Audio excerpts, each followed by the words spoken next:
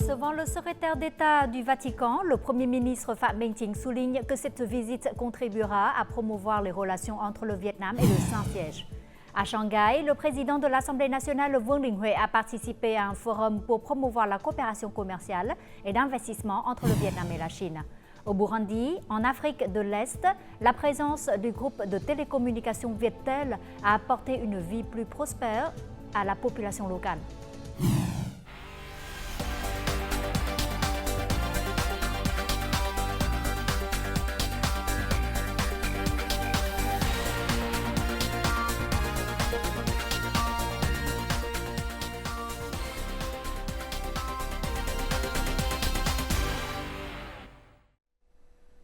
Mesdames et messieurs, bonjour. Bienvenue au journal francophone. Le Premier ministre Phạm Minh Chính a reçu aujourd'hui à Hanoï l'archevêque Paul Richard Gallagher, secrétaire du Vatican pour les relations avec les États et les organisations internationales en visite au Vietnam.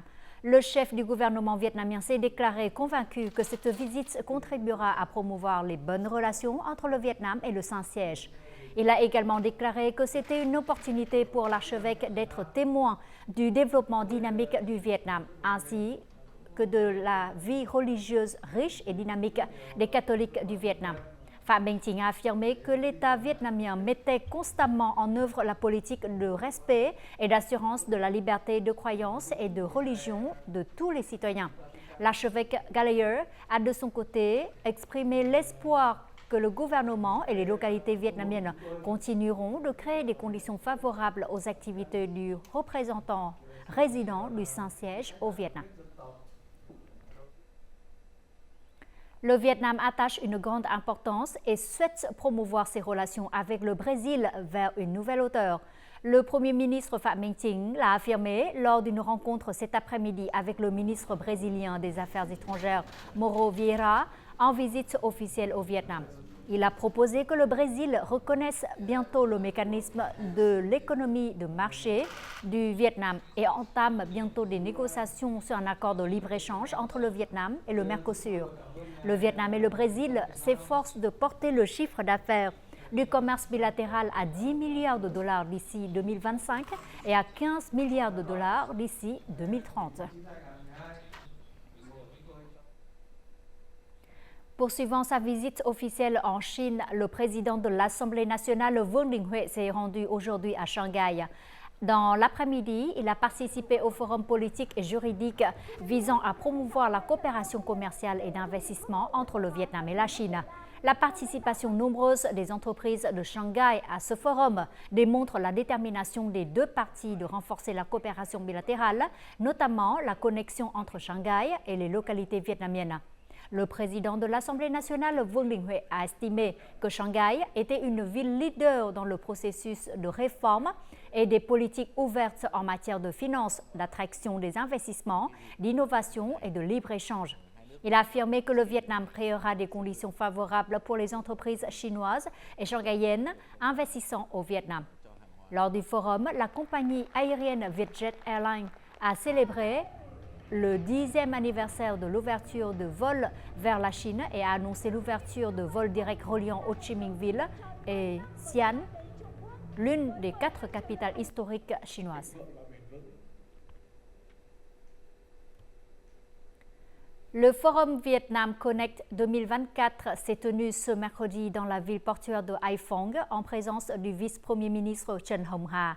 Ayant pour thème « Le Vietnam s'oriente vers l'économie verte et durable », l'événement comprend une séance plénière, une série d'activités, de rencontres et de mise en relation entre les localités vietnamiennes, les entreprises et les investisseurs étrangers. Les discussions se sont concentrées sur les nouvelles tendances internationales en matière d'économie verte, d'économie à faible émission de carbone et d'économie net zéro.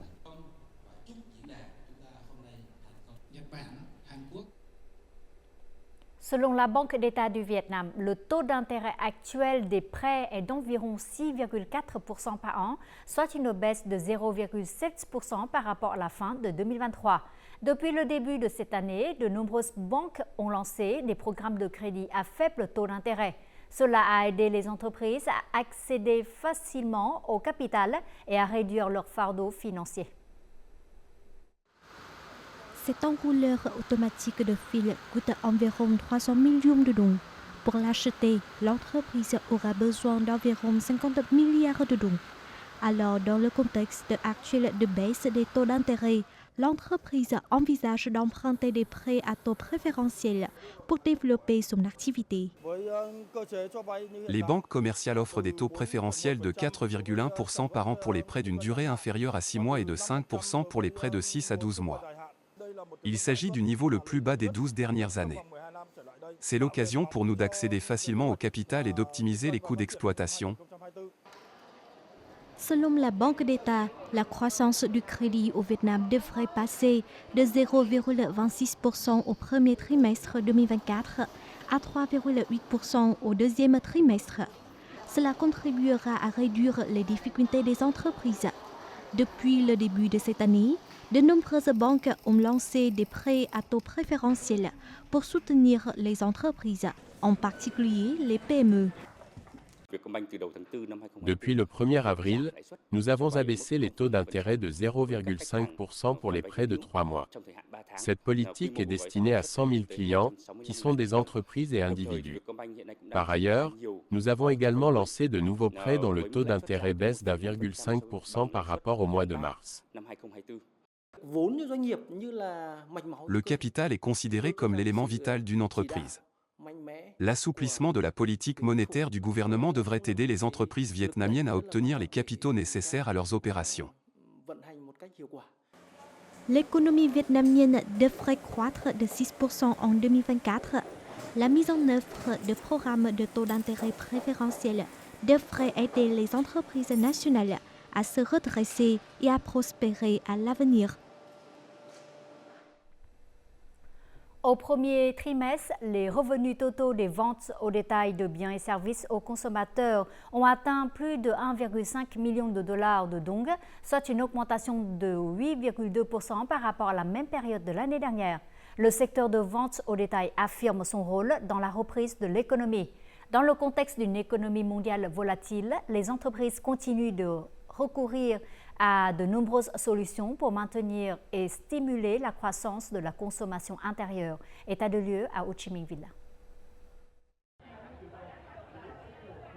Récemment, les agences de voyage ont mis en œuvre des programmes de stimulation du tourisme à Hanoi et à Ho Chi Minh Ville, avec des prix de voyage réduits de 10 à 50%. Elles créent des forfaits de produits de voyage adaptés aux demandes des touristes et proposent des tarifs appropriés, évitant ainsi la dépendance aux compagnies aériennes. Selon cette entreprise, les revenus du pic estival de cette année augmenteront fortement. Nous nous concentrons sur les tournées en Asie du Sud-Est, en Asie du Nord-Est, en Europe, en Australie et aux États-Unis. Les circuits touristiques à proximité en voiture et en train sont également prisés par les touristes. Cette entreprise gère plus de 1000 produits promotionnels de 10 à 50%. Au deuxième trimestre, elle augmentera le nombre de promotions d'environ 10% et se concentrera sur des produits de qualité. Nous offrons des remises importantes sur les produits frais.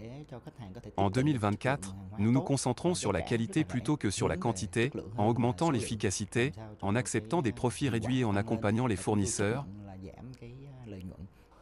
Selon le service de l'industrie et du commerce de Ho Chi Minh Ville, même si le secteur des services s'est bien développé, il sera confronté à de nombreuses difficultés au cours du prochain trimestre.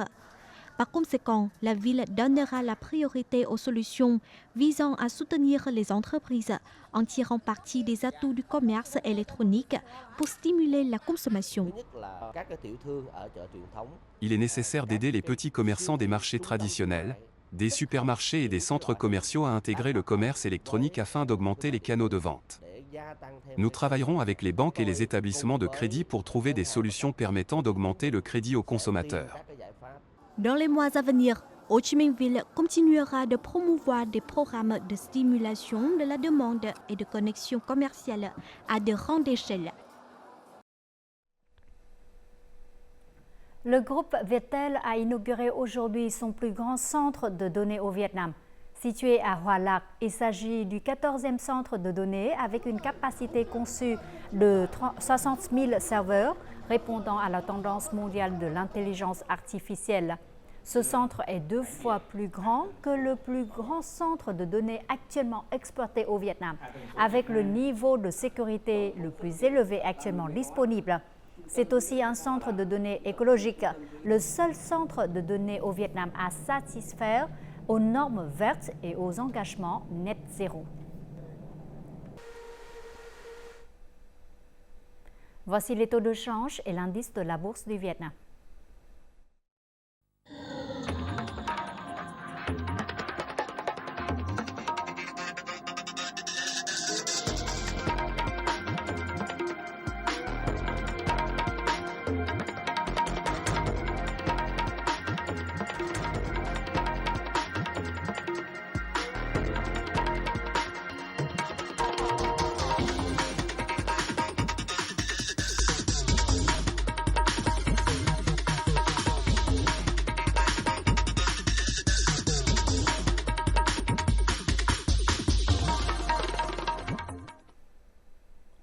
Le Vietnam a été élu membre du Conseil d'administration des Nations Unies pour l'égalité des sexes et l'autonomisation des femmes pour le mandat 2025-2027. Avec cette élection, de janvier 2025 à fin 2027, le Vietnam participera à la coordination de la construction et de la mise en œuvre des grandes orientations d'ONU, femmes en matière de promotion de l'égalité des sexes, de l'autonomisation des femmes. En tant que membre du conseil d'administration, le Vietnam participera également au processus d'approbation des plans et programmes de l'agence, ainsi qu'à ses décisions administratives, financières et budgétaires.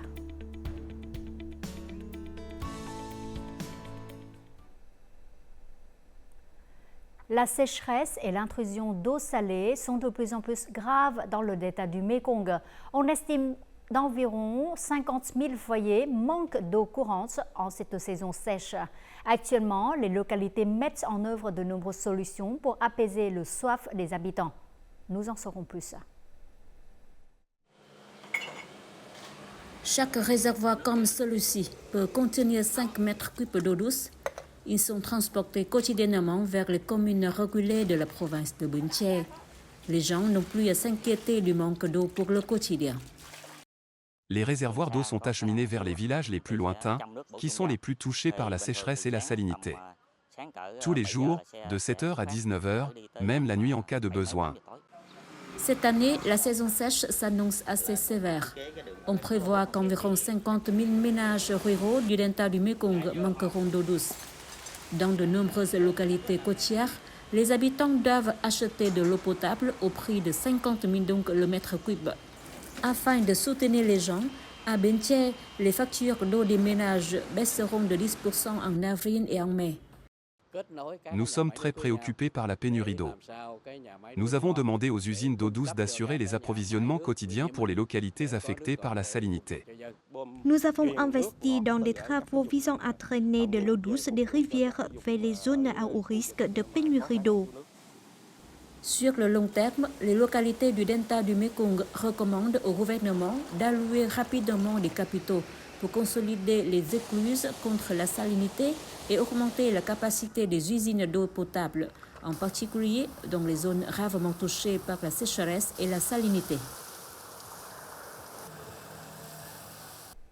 À environ 60 km du centre de Hanoï, la commune de Minh Châu est située sur les Vassières au milieu du fleuve Rouge.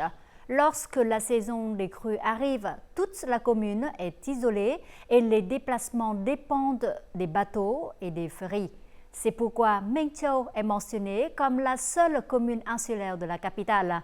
Pendant des décennies, les résidents ont utilisé l'eau de forage et de pluie pour leur usage quotidien et la plupart des sources d'eau étaient fortement polluées. Grâce au soutien du gouvernement, la commune a récemment eu accès à l'eau potable près de 70 ans après sa création. Le Nouvel An lunaire 2024 est une occasion que M. Lee ne peut pas oublier. C'est le jour où sa famille a fait installer la première conduite d'eau potable par l'État. Grâce à cela, elle n'a plus besoin d'utiliser des sources d'eau insalubres. Les années précédentes, j'utilisais l'eau des puits locaux.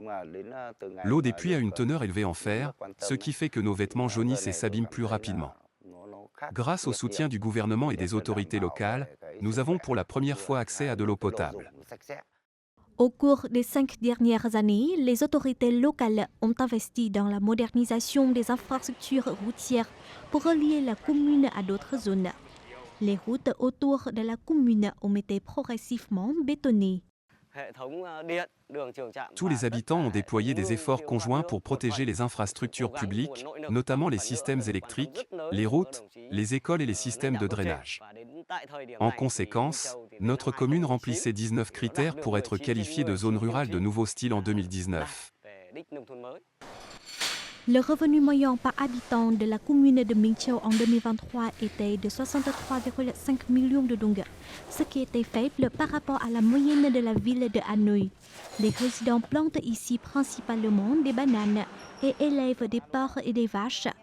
Les autorités locales encouragent donc les gens à appliquer les technologies modernes dans la production pour améliorer la productivité et le développement économique durable. Les autorités locales ont enseigné aux agriculteurs locaux comment élever des animaux de ferme en appliquant la haute technologie. Elles ont également fourni des vaccins pour aider à garder notre bétail en bonne santé. Nous visons à développer le tourisme agricole à l'avenir. Le développement du tourisme aidera les habitants à améliorer leurs revenus et à faire prospérer la commune. Pendant la saison sèche, les habitants de la commune de Minh Châu peuvent se rendre à pied vers les communes voisines. Les autorités locales ont donc proposé de construire un pont pour relier cette commune aux autres districts afin de faciliter les déplacements. Les hôpitaux provinciaux et municipaux du Vietnam ont désormais la capacité d'évaluer et de diagnostiquer la mort cérébrale. C'est ce qu'a confirmé le Centre national de coordination pour la transplantation d'organes humains lors d'une récente conférence de presse. Cela ouvrira davantage de possibilités aux patients en attente d'une greffe d'organes. Tout de suite, les détails. Lors de la conférence de presse, les représentants de l'hôpital Vietnam-Suède Uông Bí ont évoqué les difficultés rencontrées dans le processus de diagnostic et d'évaluation des cas de mort cérébrale réalisé le 2 avril. Bien que ce procédé soit développé depuis plus de 10 ans et que les médecins soient bien formés, l'hôpital a encore besoin de nombreux spécialistes expérimentés et d'équipements adéquats.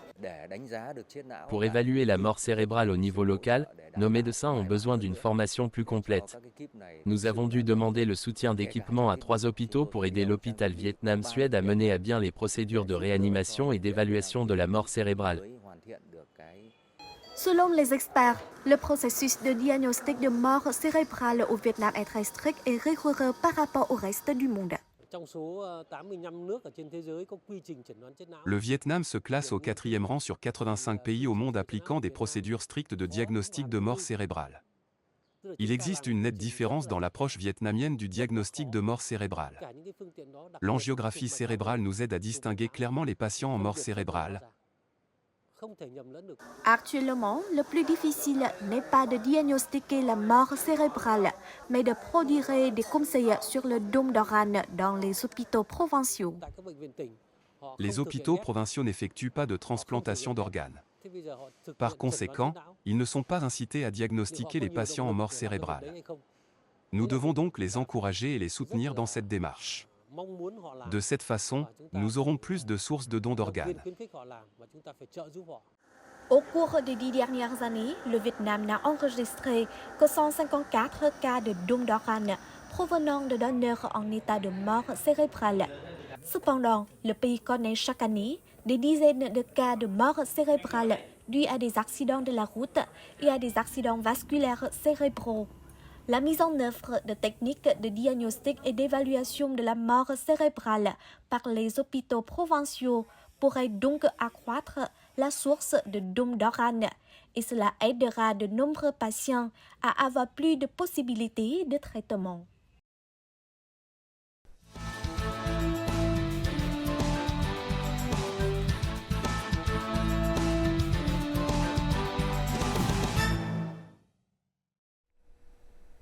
L'image du Vietnam est souvent reconnue dans le monde à travers le charme de Lao Dai, l'art culinaire ou l'hospitalité des Vietnamiens.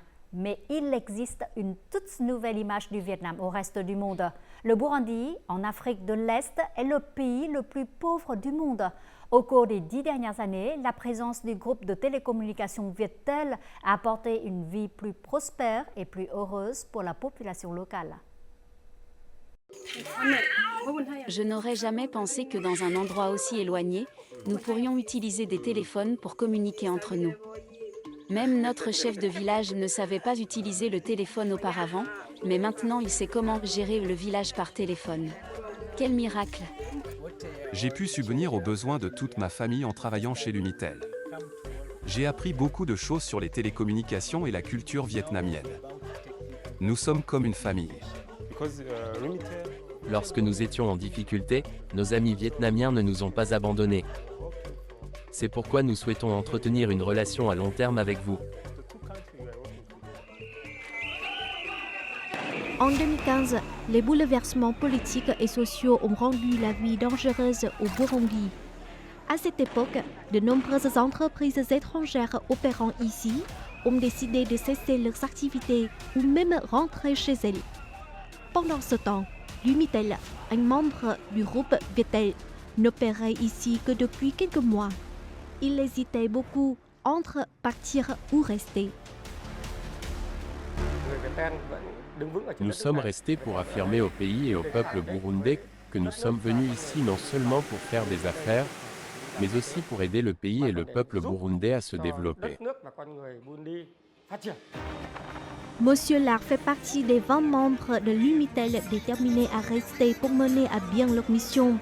Il est difficile de décrire toutes les épreuves et difficultés qu'ils ont dû surmonter avant de prendre cette décision. À cette époque, le Burundi était confronté à de nombreuses difficultés en matière de développement économique. Le système électrique couvrait un peu plus de 35% de la population et se concentrait principalement dans les zones urbaines. Lumitel a pris la responsabilité d'apporter des services mobiles pour connecter les gens dans toutes les régions du Burundi. Dès sa mise en service, Lumitel a déployé plus de 600 stations de diffusion, couvrant 95% du territoire de ce pays. Outre la construction de stations, il a aussi installé des batteries solaires pour les ménages défavorisés afin qu'ils puissent utiliser les téléphones portables. Dès le début, nous nous sommes engagés à aider ce pays à promouvoir l'accès à Internet pour les établissements publics tels que les écoles et tous les établissements médicaux, en leur fournissant un accès Internet gratuit. Aucune autre entreprise n'a été capable de faire ce que Lumitel a pu faire pour le peuple burundais. Avec de telles contributions, Lumitel est hautement apprécié par le peuple burundais. Grâce à Lumitel, le Burundi est devenu plus riche. Grâce à votre connexion, nous avons une porte ouverte sur le monde. De cette porte, nous avons la possibilité d'apprendre et de nous développer. Nous considérons le Vietnam comme un bon exemple pour parvenir à la paix et au développement.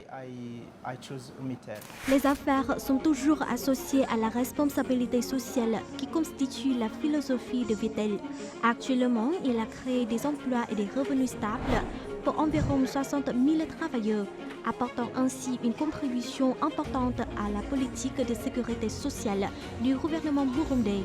Plus précisément, Lumitel constitue un pivot solide pour les activités des Nations Unies visant à surmonter les conséquences de la guerre et à fournir une aide humanitaire. Depuis de nombreuses années, nous entretenons une coopération étroite avec Viettel dans les activités de soutien aux réfugiés et rapatriés au Burundi. À leur retour chez eux, les réfugiés doivent immédiatement disposer des premières installations et avoir besoin d'argent à dépenser. Cependant, cela entraîne divers risques, tels que le vol et le cambriolage. C'est formidable que le service de paiement électronique Lumicash de Lumitel soit disponible dans tout le pays, et même dans les villages les plus reculés, donc c'est très pratique. En plus de l'Afrique, le groupe Viettel s'est également rendu dans de nombreux pays à travers le monde pour apporter la technologie afin d'aider les gens à avoir une vie meilleure.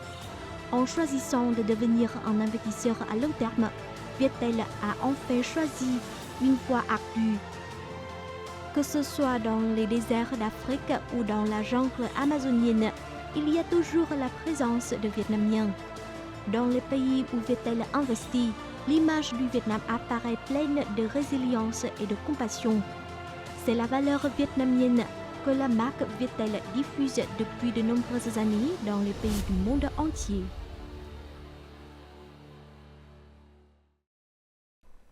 En fin du journal, voyons tout de suite les prévisions météo.